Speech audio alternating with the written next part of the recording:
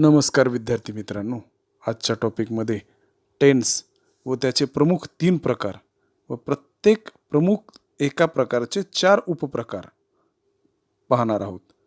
त्याचबरोबर सर्व personal pronoun म्हणजे कर्ते यांचे वेगवेगळे 4 वाक्यामध्ये कसे रूपांतर करायचं. उदाहरणार्थ अफर्मेटिव्ह सेंटेन्सचं व्हर्बल सेंटेन्स कसं करायचं, त्याचं निगेटिव्ह सेंटेन्स कसं करायचं व निगेटिव्ह व्हर्बल सेंटेन्स कसं करायचं यावर तपशीलवार चर्चा पाहणार आहोत. या टॉपिकचे महत्त्व सर्व वर्गांच्या विद्यार्थ्यांसाठी आहे. त्याचबरोबर हा टॉपिक स्पर्धा परीक्षा व स्पोकन इंग्रजी यासाठी सुद्धा अत्यंत महत्त्वाचा आहे. There are 3 main types of the tense. The first type of the tense is present tense, past tense and future tense. Okay, but though there are 3 main types, each type has 4 subtype. The first subtype is simple present tense. We may say in mother tongue साधा वर्तमान काळ. Second one is continuous present tense, चालू वर्तमान काळ. Perfect present tense, पूर्ण वर्तमान काळ. And perfect continuous present tense, चालू पूर्ण वर्तमान काळ. These are the 4 sub types or sub kinds of present tense. In the same manner, the past tense has also 4 subtypes. The first one is simple past tense, साधा भूतकाळ. Continuous past tense, चालू भूतकाळ. We may also say imperfect past tense also. The third one is perfect past tense, पूर्ण भूतकाळ. And the fourth one is perfect continuous past tense, चालू पूर्ण भूतकाळ. In the same manner, the future tense has also 4 subtypes or kinds. The first type of future tense is simple future tense, साधा भविष्यकाळ. Continuous future tense, चालू भविष्यकाळ. Perfect future tense, पूर्ण भविष्यकाळ.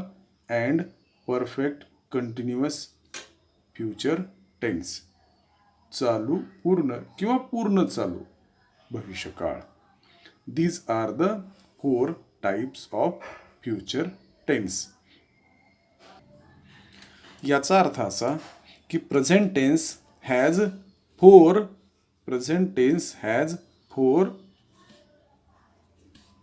सब kinds. Okay, मग वर्तमान काळाचे 4, भूतकाळाचे 4 आणि भविष्यकाळाचे 4 म्हणजे एकूण 12 उपप्रकार आहेत. तर ते 12 उपप्रकारचे सूत्र आपण पाहूया.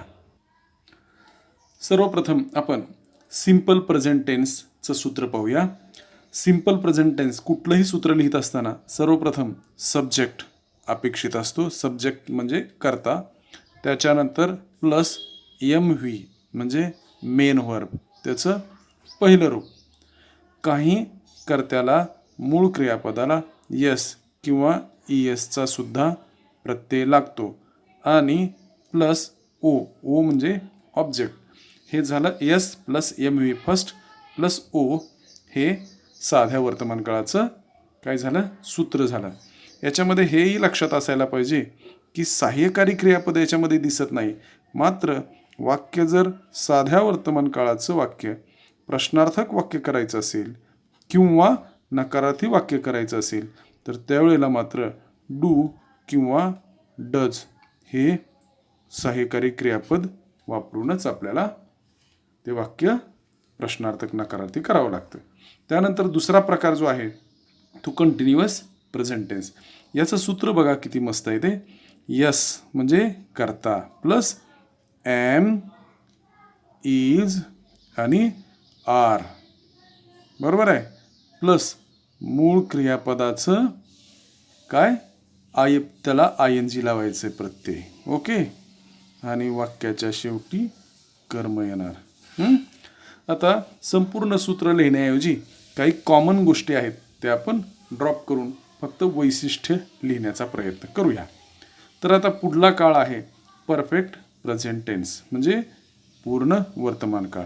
याच्यामध्ये सब्जेक्ट तर येणारच, मात्र सहाय्यकारी क्रियापद काय असणार आहे? हॅव किंवा हॅज असणार आहे. बरोबर आहे. आणि मूळ क्रियापदाचं मात्र पास्ट पार्टिसिपल म्हणजे अर्थात तिसरं रूप असणार आहे. बाकी कर्म आणि कर्ता तर सुरुवातीला शेवटी येणारच. बरोबर आहे. तसंच परफेक्ट कंटिन्युअस प्रेझेंट टेन्सचं सुद्धा सूत्र असंच आहे. एक हॅव किंवा हॅज हे सहाय्यकारी क्रियापद येणार. बरोबर आहे. त्यानंतर बिन हा शब्द त्या सहाय्यकारी क्रियापदाचा भाग म्हणजे हॅव बिन किंवा हॅज बिन असं घ्यायचं. आणि मूळ क्रियापदाला ING घ्यायला विसरायचं नाही. ओके. त्यानंतर बघा सिम्पल पास्ट. ओके, साधा भूतकाळ. याच्यामध्ये पण सब्जेक्ट येणार, तो कॉमन असल्यामुळे लिहायची इथे गरज नाही. मात्र मूळ क्रियापद त्याचं दुसरं फॉर्म दुसरं रूप घ्यायचं आहे. आणि सहाय्यकारी क्रियापद याच्यामध्ये पण असं साध्या वाक्यामध्ये नसणार आहे. मात्र याचं जर वाक्य प्रश्नार्थी किंवा नकारार्थी करायचं असेल तर त्यावेळेला मात्र हे डीड हे सहाय्यकारी क्रियापद आपल्याला घ्यावं लागतं. त्यानंतर पुढला भाग आहे की कंटिन्युअस पास्ट टेन्स. बरोबर आहे.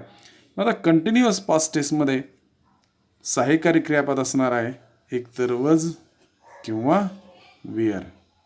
बरोबर आहे. आणि मूळ क्रियापद आहे त्याला ING म्हणजे कंटिन्युअस फॉर्म म्हणलं की ING घ्यायला विसरायचं नाही. बरोबर आहे. त्यानंतर परफेक्ट पास्ट टेन्स. बरोबर आहे. म्हणजे पूर्ण भूतकाळ. बरोबर आहे. मग याच्यामध्ये सहाय्यकारी क्रियापद एकच आहे सर्वांना, काय? हॅड.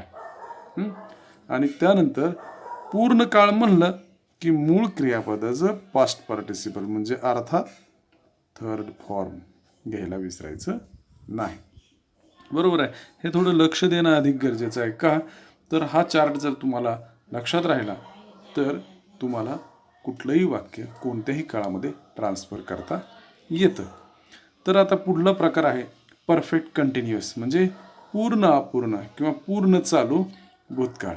बरोबर आहे. याच्यामध्ये सुद्धा सहाय्यकारी क्रियापद फक्त हॅड घ्यायचे आणि हॅडच्या नंतर पुढं बिन पण सहाय्यकारी क्रियापदाचाच एक भाग म्हणून घ्यायचे. आणि कंटिन्युअस असल्यामुळं मूळ क्रियापदाला ING घ्यायला किंवा लावायला विसरायचं नाही. बरोबर आहे. आता त्याच्यानंतरचा फ्युचर टेन्स. बरोबर आहे. याच्यामध्ये पण 4 उपप्रकार आहेत. Simple, continuous, perfect and perfect continuous. बरोबर आहे. तर मग आता हे सिम्पल फ्युचर टेन्समध्ये सहाय्यकारी क्रियापद एक तर शाल. बरोबर आहे. किंवा विल हे सहाय्यकारी क्रियापद असेल. आणि आणखी मूळ क्रियापद जे आहे का इथं हे ह्या मूळ क्रियापदाचं पहिलं रूप घ्यायचं हे विसरायचं नाही. बरोबर आहे. आणि कंटिन्युअस फ्युचर टेन्सचं सूत्र असणार आहे एक तर शाल बी किंवा विल बी. लक्षात आलं. एक तर शाल बी किंवा विल बी. आणि कंटिन्युअस फ्युचर टेन्समध्ये सुद्धा मूळ क्रियापदाला ING प्रत्यय लावायचा. बरोबर आहे. त्यानंतर परफेक्ट फ्युचर टेन्स. बरोबर आहे. आता पूर्ण भविष्यकाळ याच्यामध्ये सुद्धा एक तर शाल, हॅव किंवा विल हॅव ह्या दोन्हीपैकी एक सहाय्यकारी क्रियापद घ्यायचे. अब्लिक दिलेलं लक्षात येते. आणि परफेक्ट काळ कुठलाही म्हणलं की मूळ क्रियापदाचं पास्ट पार्टिसिपल अर्थात थर्ड फॉर्म घ्यायचे. बरोबर आहे. आता शेवटचा म्हणजे 12वा काळ भविष्यकाळातला चौथा काळ पाहणार आहोत. याच्यामध्ये कसं असणार आहे सहाय्यकारी क्रियापद हे शाल त्याला हॅव बीन, बरोबर आहे. किंवा विल हॅव आणि बीन, बरोबर आहे. आणि मूळ क्रियापदाला मात्र काय लक्षात आलं सांगा बरं, INGचा प्रत्यय. शाबास. ओके, आता आपण काय केलं, 12च्या 12 काळाचं सूत्र एका टेबलमध्ये घेण्याचा प्रयत्न केला, जेणेकरून तुम्हाला हा टेबल जर लक्षात ठेवला तर तुम्ही कुठलाही काळाचं म्हणजे सिंपल पास्टचं परफेक्ट पास्टमध्ये करू शकता किंवा सिंपल प्रेझेंटचं परफेक्ट फ्युचरमध्ये पण करू शकता, बरोबर आहे. ठीक आहे.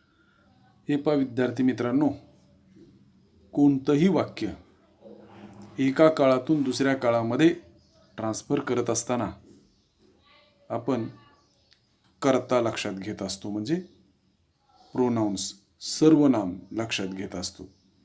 तर इथं पर्सनल प्रोनाउन्स, बरोबर आहे, म्हणजे पुरुषवाचक सर्वनामी आहे की नाही. याचं आपण वाक्यामध्ये त्याला सब्जेक्ट म्हणत असतो, म्हणजे कर्ता किंवा सब्जेक्ट्स म्हणजे अनेक कर्ते, बरोबर आहे. मग याची अगोदर वाटणी किंवा हे कसे असतात हे समजून घेणं आपण गरजेचं आहे. तर लक्षात असू द्या, एखादं क्रियापद एखाद्या काळामध्ये चालवायचं म्हणजे हे सर्वनाम वापरले जातात. एक I, we, you, he, she, it आणि दे, बरोबर आहे. हे सर्वनाम म्हणजे हे पुरुषवाचक सर्वनामे किंवा यांना पर्सनल प्रोनाउन्स म्हणतात, हे वापरले जातात. थोड्या याबद्दल सविस्तर माहिती घेतली की आपल्याला बऱ्यापैकी गोष्टी लक्षात येतील. यातले सिंग्युलर कोणते आणि प्लुरल कोणते जर म्हणलं तर बघा, हे I, you, he, she, it हे सिंग्युलर म्हणजे एक वचनी आहेत आणि प्लुरल म्हणजे अनेक वचन कोणते तर वी, यू आणि दे हे अनेक वचनी आहेत, बरोबर आहे. हे आपण पाहिले. त्यानंतर आपण याचे अर्थ पण समजून घेऊया. आय म्हणजे मी, बरोबर आहे, आणि वी म्हणजे आम्ही, बरोबर आहे. ह्याच्यावरून लक्षात आलं असेल की एक वचन आणि अनेक वचन. हे यू म्हणजे तू आहे, बरोबर आहे, आणि हे यू म्हणजे तुम्ही आहे. ह्याच्यावरून पण लक्षात आलं असेल एक वचन अनेक वचन. बघा ना, ही, सी, इट, बरोबर आहे, तो त्याने किंवा ती तिने, बरोबर आहे, आणि इट म्हणजे ते, तो, ती हे एक वचनीचे झाले आणि दे म्हणजे ते, त्या, ती, बरोबर आहे. हे दे अनेक वचनीचे आहे, बरोबर आहे. आता आपण हे पर्सन बघूया, म्हणजे प्रथम पुरुषी कोण आहे बघा. प्रथम पुरुषी म्हणजे फर्स्ट पर्सन. बघा हा कोण आहे, आय आहे की नाही. फर्स्ट पर्सन आय म्हणजे मी आहे की नाही. तर फर्स्ट पर्सन एक वचनी आय, फर्स्ट पर्सन म्हणजे प्रथम पुरुषी अनेक वचनी वी, हे लक्षात आलं. आता दुसरं बघूया, सेकंड पर्सन म्हणजे द्वितीय पुरुषी. द्वितीय पुरुषी एक वचनी यू आहे म्हणजे तू, आणि द्वितीय पुरुषी अनेक वचनी हे यू म्हणजे तुम्ही, बरोबर आहे. हे थोडं समजून घेणं गरजेचं आहे. एकदा लक्षात राहिलं की आपल्याला पुढल्या गोष्टी करायला सोपं जातं. हा थर्ड पर्सन म्हणजे तृतीय पुरुषी, बरोबर आहे. तृतीय पुरुषी एक वचनी ही, सी, इट किंवा एखाद्या व्यक्तीचं नामपर असतं, कळलं का, राम, गणेश वगैरे वगैरे. तर थर्ड पर्सन सिंग्युलर एक वचनी ही, सी, इट किंवा एखाद्या व्यक्तीचं नाम, बरोबर आहे. आणि थर्ड पर्सन प्लुरल म्हणजे अनेक वचनी दे म्हणजे ते, त्या, ती. लक्षात आलं. हे सर्वप्रथम आपल्याला समजून घेणं महत्त्वाचं आहे. हे समजलं की पुढं या सर्वनामाचा वापर आपण एखादा काळ चालवत असताना समजून घेऊ शकतो. ठीक आहे. आता पहा, आपण डिटेल म्हणजे तपशीलवार काळ पाहूया. Okay, we know the tense. Tense means काळ. Okay, the first one is present tense, in Marathi वर्तमान काळ. The first subtype of present tense is simple present tense. मराठीमध्ये आपण साधा वर्तमान काळ असं म्हणतो. बरोबर आहे. ह्याचं सूत्र समजून घ्या की बाबा यस म्हणजे काय, कर्ता. बरोबर आहे. MV म्हणजे काय, मूळ क्रियापद. हे समजून घ्या. आणि ओ म्हणजे काय, कर्म. बरोबर आहे, ऑब्जेक्ट. हे समजून घेणं गरजेचं आहे. चला आपण एक क्रियापद या काळात कसं वापरतात ते पाहूया. पहिलं एक क्रियापद घेऊया, राईट. बरोबर. त्याचं दुसरं रूप आहे रोट आणि तिसरं आहे, बरोबर आहे, राईट, रोट, रिटन. बरोबर आहे. मराठीतून त्याचं लिहिणे अर्थ आहे. बरोबर आहे. आता बघा, आपण मगाशी पाहिले, काय पाहिले बाबा, की सर्वनाम. बरोबर आहे, म्हणजे करते. ते सब्जेक्ट बघूया. काय, प्रथम पुरुषी एकवचनी करता आठवत आहे का बघा तुम्हाला आता, आय आहे की नाही. अनेक वचनी करता काय, वी. बरोबर आहे. आता द्वितीय पुरुषी एकवचनी करता बघा आठवत आहे का, यू आहे की नाही. आणि इथला द्वितीय पुरुषी अनेक वचनी करता काय, यू.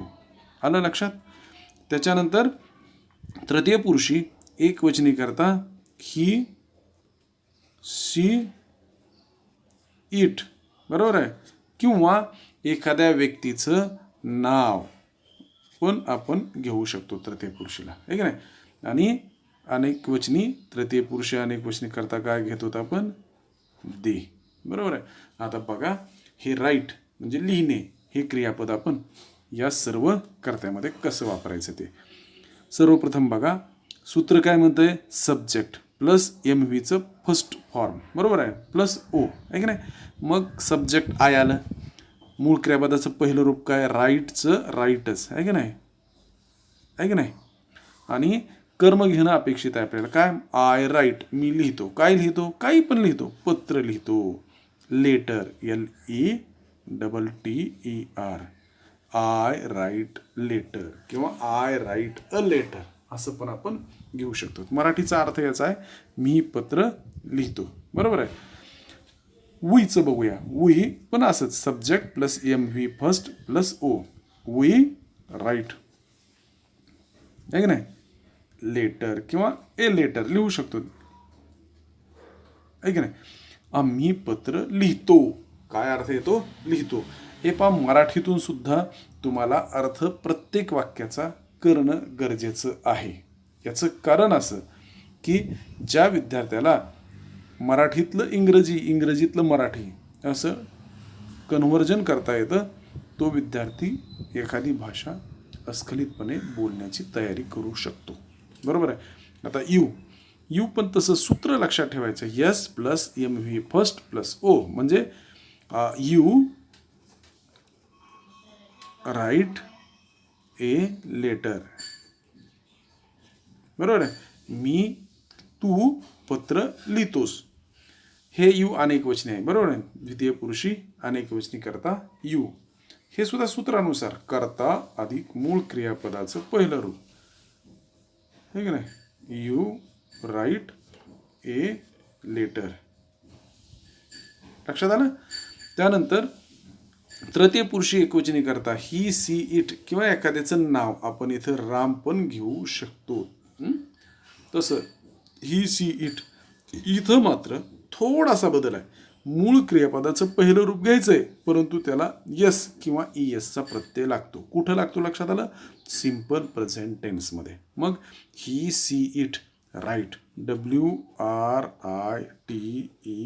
काय लागलं, यस लागलं. बरोबर आहे. ही, सी, इट तृतीय पुरुषी एकवचनी करता ही, सी, इट किंवा एखाद्या व्यक्तीचं नाव जर असेल तर मूळ क्रियापदाला यसचा किंवा ESचा प्रत्यय लागतो. हे कुठं लागतंय, फक्त सिम्पल प्रेझेंट टेन्समध्येच. मग he, she, it writes a letter. बरोबर आहे. आलं लक्षात. तर आता म्हणजे हे काय झालं, तो पत्र लिहितो किंवा ती पत्र लिहिते किंवा राम पत्र लिहितो. बरोबर आहे. आता they write, WRITE, they write a letter, LE TTER, बरोबर आहे. ते पत्र लिहितात. लक्षात आलं? तर हे झालं साधा वर्तमान काळ. आपल्याला एवढ्यावर थांबायचं नाही. हेच वाक्य आपल्याला अन्य दुसऱ्या प्रकारामध्ये कन्व्हर्जन करता येतात का ते पाहूया. हां, लक्षात आहे इकडं. प्रेझेंट टेन्स आपण पाहतोय, वर्तमान काळ, बरोबर आहे. त्यातला सिंपल प्रेझेंट टेन्स, साधा वर्तमान काळ पाहतोय. त्याचं सूत्र आपल्याला लक्षात असेल काय, S + ME फर्स्ट + O म्हणजे कर्ता मूळ क्रियापदाचं पहिलं रूप अधिक कर्म, बरोबर आहे. आता आपण क्रियापद कुठलं घेतलं होतं, एक राईट घेतलं होतं, बरोबर आहे. आता हे राईट क्रियापद दुसरं रूप त्याचं रोट, बरोबर आहे. आणि तिसरं WRITTEN. थोडं वेळाभावी लवकर आणि वेगात घेण्याचा प्रयत्न करूया. थोडं डिटेल शिकायचं आहे आपल्याला. तर बघा, पहिला कर्ता कोणता, साधा वर्तमान काळातला आपण वाक्य करतोय आय, बरोबर आहे ना. आय राईट ए लेटर, असंच घेतोय ना. मग आय राईट ए लेटर घेत असताना याचं मराठीतून काय होतंय, मी पत्र लिहितो, बरोबर आहे. बघा, त्याच्यानंतर याचं आपल्याला काय करायचंय, प्रश्नार्थक वाक्य करायचंय, म्हणजे येस नो टाईप प्रश्न. मग सहाय्यकारी क्रियापद आहे का, नाही. मग काय करायचं, दिलेल्या वाक्यात मूळ क्रियापदाला तून आणि सहाय्यकारी क्रियापद शोधण्याचा प्रयत्न करायचा. आपल्याला माहित आहे किंवा साध्या वर्तमान काळामध्ये डू किंवा डज हे सहाय्यकारी क्रियापद वापरतो. म्हणून do I write a letter, बरोबर आहे. मी काय पत्र लिहितो का, हे लक्षात घ्या. त्याच्यानंतर याचं नकारात्मक वाक्य करूया आपण. कसं, I do not write a letter, बरोबर आहे. मग काय होणार, मी पत्र काय लिहित नाही. आता याचं रेटॉरिकल म्हणजे नकारार्थी प्रश्नार्थक वाक्य करूया. काय, डू अधिक not, don't I write a letter, बरोबर आहे. मग काय, मी पत्र, लक्षात आलं का कसं लिहायचं ते, लिहित नाही का, हे लक्षात घ्या. हे आपण काय केलं, फक्त एकच करता वापरला, बरोबर आहे ना. आता आपण काय करू, दुसरा करता घेऊया. दुसरा करता काय, वी, बरोबर आहे. मग वी राईट, बरोबर आहे, वी राईट ए लेटर. आलं का लक्षात.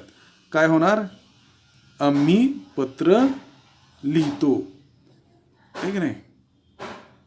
आम्ही पत्र लिहितो. तुम्ही मराठीतून पण लिहिणं गरजेचं आहे, हे लक्षात असू द्या. ह्याचं येस नो टाईपचा प्रश्न कसा तयार करायचा, तर सहाय्यकारी क्रियापद काय घ्यायचं, डू वी, झालं का, डू वी राईट. काय केलंय लक्षात आलं का, सहाय्यकारी क्रियापद अगोदर आणि कर्ता नंतर, बरोबर आहे. Do we write a letter, बरोबर आहे. काय झालं, आम्ही पत्र काय लिहितो का. लक्षात आलं का. इथं पण प्रश्नचिन्ह, सॉरी इथं पण प्रश्नचिन्ह. तर याचं नकारार्थी कसं करायचं, we do not write a letter. काय झालं नकारार्थी मराठीतून, आम्ही पत्र लिहित नाहीत. आता नकारार्थी प्रश्नार्थ कसं, don't we write a letter. बरोबर आहे. आम्ही पत्र लिहित नाही का. लक्षात आलं. या पद्धतीनं don't we write a letter, आम्ही पत्र लिहित नाही का, या पद्धतीनं आपण प्रत्येक करता काय करायचा, त्याचे 4 वाक्य करायची. एक साध्या वाक्य, दुसरं येस नो टाईपचं वाक्य, तिसरं नकारार्थी वाक्य, आणि चौथं नकारार्थी प्रश्नार्थक वाक्य. लक्षात आलं का. पुढला करता आहे यू. आता यू हे 2 यू आहेत आपल्याकडे, बरोबर आहे का. एक प्रथम पुरुष द्वितीय पुरुषी एकवचनी आणि द्वितीय पुरुषी अनेकवचनी, बरोबर आहे. ह्या दोन्ही यू पैकी एक यू घ्यायचं. म्हणजे यू राईट ए लेटर. काय झालं, तू किंवा तुम्ही, तू किंवा तुम्ही पत्र लिहिता. बरोबर आहे. आता याचं काय करायचंय, येस नो टाईप. मग do you write a letter. बरोबर आहे. प्रश्नचिन्ह द्यायचं शेवटी, आहे की नाही. मग तुम्ही किंवा तू पत्र लिहिता का. बरोबर आहे. त्यानंतर याचं नकार करायचं. कसं, यू डू नॉट राईट, बरोबर आहे का, लेटर. मराठीतून तू किंवा तुम्ही पत्र लिहित नाही. आणि बरोबर आहे. याच्यानंतर काय करायचं, नकारार्थी प्रश्नार्थ. कसं झालं, don't you write a letter. बरोबर आहे. Don't you write a letter. तू किंवा तुम्ही पत्र लिहित नाही का. लक्षात आलं. याच्यानंतरचा पुढचा करता आहे एक ही, शी किंवा इट. बरोबर आहे. या तिन्ही किंवा एखाद्या व्यक्तीचं नाव, राम, श्याम वगैरे वगैरे, यापैकी एक कुठलंही आपण घेऊ शकतो. ही घेऊ शकतो, शी घेऊ शकतो, इट किंवा राम पण घेऊ शकतो. आपण काय करूया, ही, सी, इट च्या ऐवजी राम घेऊया, है की नाही. राम काय येतंय, WRITES, राईट्स. लागलं का. तृतीय पुरुषी एकवचनी करता राम, त्याला यस किंवा ES. राम राईट्स ए काय लेटर. मराठीतून काय होतो, राम पत्र लिहितो. बरोबर आहे.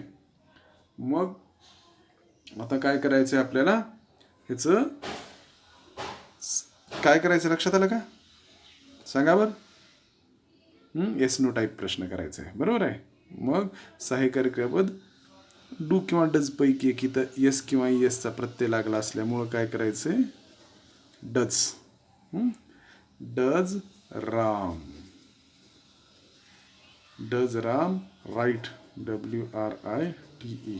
इथलं यस काय गेलं, ह्या डज मध्ये गेलं, म्हणून डूचं डज झालं. बरोबर आहे. Does Ram write a letter. बरोबर आहे. प्रश्नचिन्ह आलं का. तसं मराठीतून काय होतंय, राम पत्र लिहितो का. आलं. याच्यानंतरचा पुढलं काय करायचंय, नकारा. राम बरोबर आहे, does not write a letter. बरोबर आहे. मग राम पत्र लिहित नाही. कळलं का? आणि याच्यातला शेवटचा प्रकार राहिला नकारार्थी प्रश्नार्थक. बरोबर आहे. मग डज बरोबर आहे, अधिक not, doesn't, Ram write a letter. लक्षात येईल का? बघा, राम राईट्स लेटरचं नकारार्थी प्रश्नार्थक कसं व्हायलं, डज नॉट म्हणजे doesn't. Ram write a letter. मराठीतून होते काय होते, मराठीतून राम पत्र लिहित नाही का. बरोबर आहे. हे स्पोकन इंग्रजीच्या दृष्टीनं आपण पाहतोय. बरोबर आहे. साध्या वर्तमान काळातला शेवटचा करता आपला दे हा वापरतोय. बरोबर आहे ना. सहाय्यकारी क्रियापद आहे डू किंवा डज, पण नकारार्थी किंवा प्रश्नार्थकच वाक्यामध्ये वापरता येते. बरोबर आहे. मग दे सूत्रानुसार कसं आहे, यस अधिक मूळ क्रियापदाचं पहिलं रूप अधिक ओ, दे राईट. बरोबर आहे. दे राईट ए लेटर. बरोबर आहे. ते पत्र लिहतात. हे महत्वाचं आहे. त्यानंतर याचं येस नो टाईपचं वाक्य, do they write a letter. बरोबर आहे. प्रश्नचिन्ह, ते पत्र काय लिहतात का, हे लक्षात असू द्या. त्याच्यानंतरच आपल्याला नकारार्थी वाक्य करायचं आहे. कसं, they do not write a letter. बरोबर आहे. मराठीतून होते ते पत्र लिहित नाहीत. हे लक्षात असू द्या. आणि याचं काय शेवटचं नकारार्थी प्रश्नार्थक कसं, don't they write a letter. बरोबर आहे. Don't they write a letter. मराठीतून काय होते लक्षात येते, ते पत्र लिहित नाहीत का. लक्षात असू द्या. सदरील प्रकारची वाक्य म्हणजे आपण साधारणतः इतर मंडळी दे राईट अ लेटर, ते पत्र लिहितात, याच पद्धतीनं करतात. मात्र आपण थोडं वेगळ्या पद्धतीनं म्हणजे येस नो टाईपचं वाक्य, नकारार्थी वाक्य आणि नकारार्थी प्रश्नार्थक वाक्य या पद्धतीनं जर केलं आणि ते इंग्रजी मराठी जर केलं तर गंमत काय होते, हे आपल्याला एखादी भाषा बोलण्यासाठी या गोष्टीचा उपयोग होऊ शकतो. बरोबर आहे. तर उर्वरित भाग म्हणजे या व्हिडिओमध्ये आपण सिंपल प्रेझेंट टेन्स, साधा वर्तमान काळचे सर्व कर्ते साध्या वाक्यामध्ये म्हणजे विधानार्थी वाक्यामध्ये, पुन्हा तेच येस नो टाईप वाक्यामध्ये, तेच नकारार्थी वाक्यामध्ये आणि तेच नकारार्थी प्रश्नार्थक वाक्यामध्ये मराठी इंग्रजी कसे चालवायचे हे आपण पाहिलेलं आहे. उर्वरित भाग म्हणजे कंटिन्युअस प्रेझेंट टेन्स यानंतरच्या व्हिडिओमध्ये आपण पाहणार आहोत.